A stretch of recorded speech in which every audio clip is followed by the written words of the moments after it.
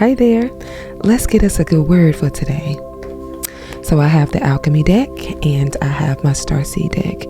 We're going to start with the alchemy deck. The wild unknown alchemy deck in particular. It's my fave right now, honestly.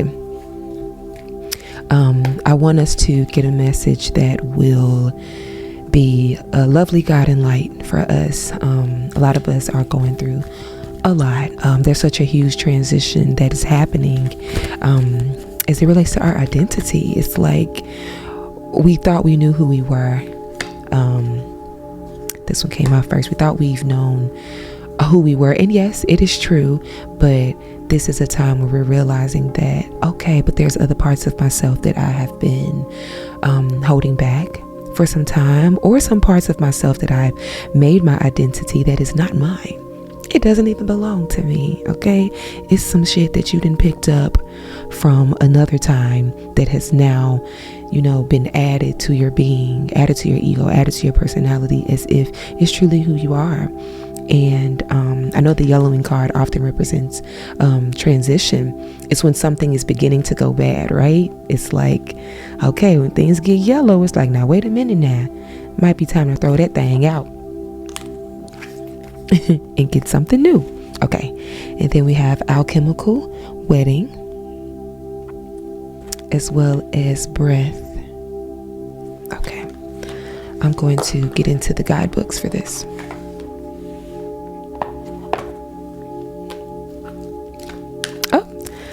My finger opened it up to the breath card. Let me show it to you again. Okay, breath. I want to say that's pneuma, that P word there. It's in Latin. Inspiration, presence, life force. There is no more direct way to practice alchemy than to study pneuma, breath. We all have access to the mystical phenomenon known as the breath. It occurs at every moment, gracing us with the gift of existence upon the physical plane. If alchemy, as is suggested in this book, is the merging of the physical and the mystical, then this card serves as our ever-relevant bridge. It is the magical within us, the expanding and the generating life force that animates our life. This card may appear simple, but it is not. No matter how advanced you are in studying the breath, you heed the message of this card. Well, if you heed the message of this card, you will find it has more to teach. Bow to it at this very moment, and you will discover the work revitalizes itself. New space opens. Breath is your lifelong alchemical ally, stating its love with every inhale and exhale. Yes, come on. Breath and breathing, very important. I'm going to read the next one. Alchemical wedding. And I also have some guided meditations on my page if you are looking for some ways to practice breathing. Okay, so we have alchemical wedding. Ritual, celebration, uniting. All hail the alchemical wedding.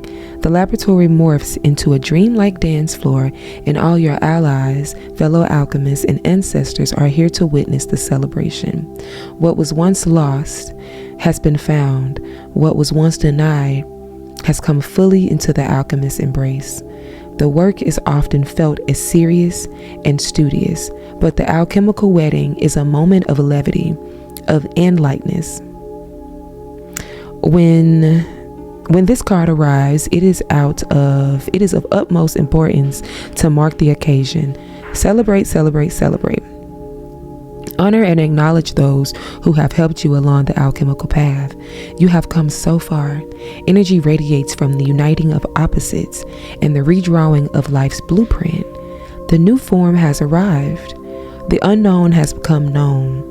You will be back to your existential queries and tinkering ways in no time. Now the work is to revel in the miracles. I love that. And just based off of these few cards that came out, I can see how they tie together perfectly. I mentioned the transition, and us coming into something new, that alchemical wedding. It's here, it's happening. It's like we are tapping into ourselves 5.0. Okay, we've had so many changes thus far. I know if you're anything like me, you have had many death and rebirths, especially since 2019, because baby, things changed. And by recognizing breath, by getting still, allowing yourself to really take advantage of those deep inhales and exhales, like it provides so much oxygen to the brain and like energetic movement that it allows you to see what's really going on, especially when times that we're feeling down. So I also think about, like, when I think about the alchemical wedding and the transition, I think about what's being left behind. And I think in this booklet, it does mention with the alchemical wedding to kind of thank those that have come along on your path that kind of assisted you to come to this grand moment, of change. Like something has come together that has been in the process. Even if you didn't know that it was in process, you have been growing, evolving, and changing this entire time. And although things may feel painful at this particular moment, because times of transition, it's not always the smoothest. It's like, imagine something yellowing, that means something is going bad. So when we think about something going bad, or you might be experiencing some sort of, I don't know, what you would consider a negative manifestation, or confusing feelings, or heaviness, and I've been seeing this within myself and within others, this separation. It's like the old you, the new you. And right now you're kind of like, you're in the middle, and sometimes that's like really, really painful if you are struggling to accept and let go, or simply integrate those parts of yourself that might not serve you anymore, or you have evolved past that. It's like, it's painful, or it may seem a little difficult, or seem a little dark, because you're still kind of resting in that middle space instead of fully stepping into the new thing. That alchemical wedding, it's like, look, you got a new partner, all right, within yourself, maybe in real life, depending on who you are. But it's like, it's some new energy here that we need you to look and tend to. But instead, you're looking behind, like, which is totally understandable, because I know for me, it's hard to, like, when you're, familiarity is like, it's such a safety net. It's a safety blanket, even if it hurts. And I feel like that's something that's low-key in our DNA. It's like we crave something that is familiar, and what is new seems unsafe. It seems, it seems unsafe because I would always want something new. But if I can guarantee that this is going to be good for me and this is going to make me feel safe, then I would probably run head first into these amazing opportunities and things, and these new feelings, these new way of existing. But because we don't know, because we feel like we don't know, it kind of keeps us like to shy away from it. Let's see, is there anything else from wait a minute now. Okay, Raven's head and Jupiter, period. So the Raven's head, that often represents, look, whether you like it or not, something new is happening. So you're going to get with it. Are you going to let it happen to you? Or are you going to participate, be a participant of your life? Because everything that's happening right now on one level or another, it is a manifestation of some seeds that you have already sown, whether it's seeds that will nurture or birth positive things, or things that you might consider negative. Okay. And then Jupiter, come on now. That's a planet of expansion. Okay. That's something new. That's something that you might not have expected. But let's see exactly what the card has to say. I'm going to start with the Raven's head one, but we'll see which one to find first. Let's find that.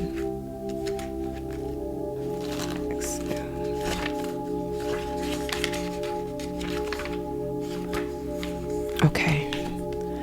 The Raven's head. Invitation, the ordeal, the work begins. And let me just pause by saying, look, you have been doing work, and that work is seen, loved, and respected. But we have to know that with every level that we clear, baby, it's a checkpoint, and it's a whole new set of lessons if we have closed up the previous ones. Okay. So, though alchemy is filled with a myriad of open-ended symbols, the Raven's Head has a precise message. It arrives to mark the beginning of the work. This card indicates something has occurred, known or unknown, to initiate the spinning of the alchemical wheel. With its mighty churning, things are about to change on every level. The Raven's work cannot be undone, just as the pill cannot be unswallowed or the pearl turned back into sand. The Raven has a pearl in its mouth, by the way. Back to scenes. Where am I? Okay. You may be overwhelmed or think the journey ahead is not for you. As its appearance signifies, it has chosen you. Oh, let me take that back. It says you may be overwhelmed or think that the journey ahead is not for you. Your doubts matter not to the Raven, as its appearance signifies it has chosen you. You are ready, and the moment is now. Can you go back to the way things were? Can you pretend nothing has changed? The Raven calls a clear no. In my Beyonce voice. It does not apologize, as it knows your destiny is great. I received that. Okay, and then Jupiter. Let's get back to them.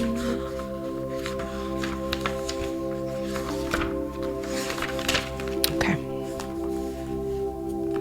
Jupiter. Expansion, possibility, and fortune. Jupiter is often a welcome sight, emerging from the darkness, shimmering with possibilities. It is the planet of growth, expansion, success, and elevation. When this card appears, the future is full and bright, perhaps even dazzling. Everyone wants to be around Jupiterian energy and to claim a little for themselves. So there is likely a magnetic feeling at play.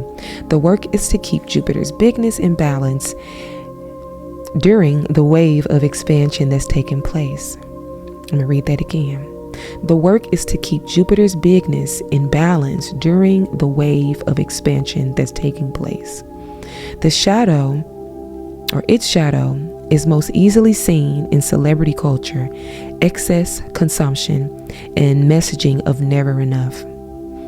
You may begin comparing yourself with others or assessing your value.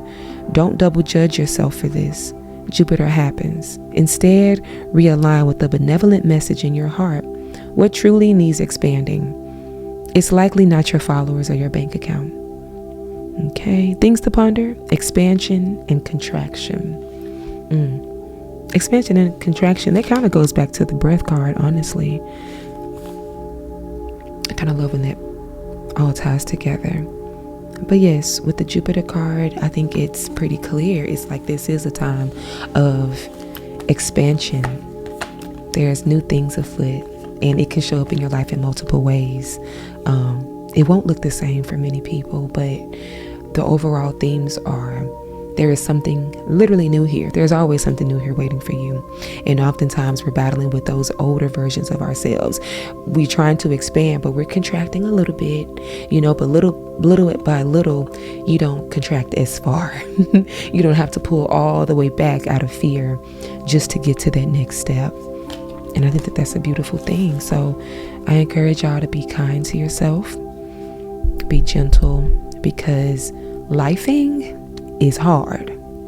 I know for me, it can be a little bit difficult, but we have so much love here around us, so many tools, so many resources to be able to help with these different life transitions. So I hope that this message finds you well and that it resonates.